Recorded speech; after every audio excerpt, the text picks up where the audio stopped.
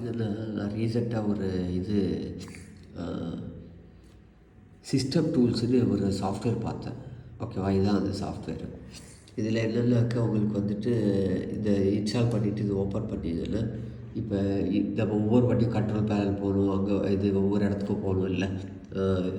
So mouse properties எல்லாத்துக்கும் போகணும், right click பண்ணி தேட வேண்டியதாக இருக்குது.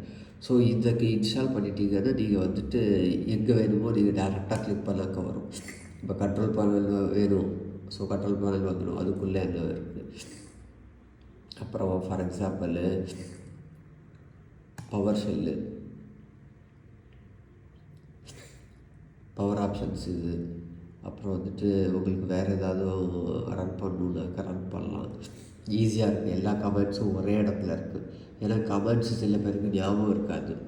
ஸோ இதை யூஸ் பண்ணும்போது உங்களுக்கு வந்துட்டு ஈஸியாக இருக்குது. யூஸ் பண்ணி பாருங்கள், யூஸ் பண்ணிவிட்டு ட்ரை பண்ணி பாருங்கள். இது ஜஸ்ட் சஜஷனு. யாரெல்லாம் மைக்ரோசாஃப்ட் விண்டோஸ் வந்து கொஞ்சம் டிப்பிக்கலாக இருக்கும், கோடெல்லாம் ரன் பண்ணுறது, அப்புறம் ஒவ்வொரு வாட்டியும் ரன்னில் போய் டைப் பண்ணணும்ல, ஸோ அதுக்கு இந்த ஆப் வந்து பெஸ்ட்டாக இருக்கும். ஸோ ட்ரை பண்ணி பாருங்கள் இந்த ஆப்பு.